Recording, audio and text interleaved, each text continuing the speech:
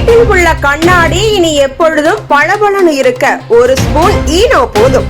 வீட்டில் உள்ள கண்ணாடி மேற்பரப்புகள் தூசி, விரல் தடம், நீர்த்துளி கரைகள் காரணமாக எளிதில் அழுக்காகி விடுகின்றன. குறிப்பாக குளியலறை கண்ணாடிகளில் வெள்ளை தடங்கள் அதிகம் காணப்படும்.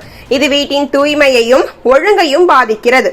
இதை சரி செய்ய கடைகளில் விலை உயர்ந்த ரசாயன சுத்திகரிப்புகளை வாங்க அவசியமில்லை. தினசரி சமையலறையில் இருக்கும் சில எளிய பொருட்களாலேயே பயனுள்ள கண்ணாடி சுத்திகரிப்பு திரவத்தை சரி செய்யலாம். முதலில் ஒரு பாத்திரத்தில் ஒரு ஸ்பூன் ஈனோ சேர்க்க வேண்டும். கண்ணாடியில் ஒட்டி கிடக்கும் கனமான தூசு மற்றும் அழுக்குகளை நீக்க இது உதவும்.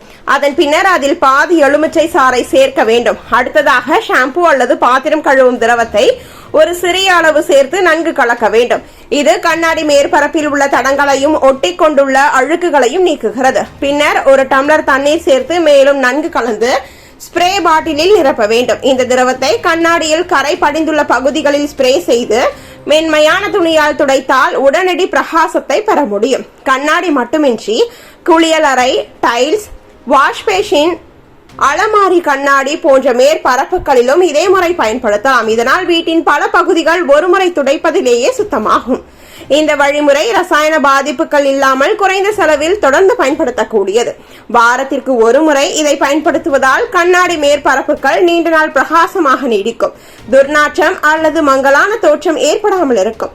வீட்டின் சுத்தம் இப்பொழுது எளிது என்பதே இந்த முறையின் முக்கிய தன்மை.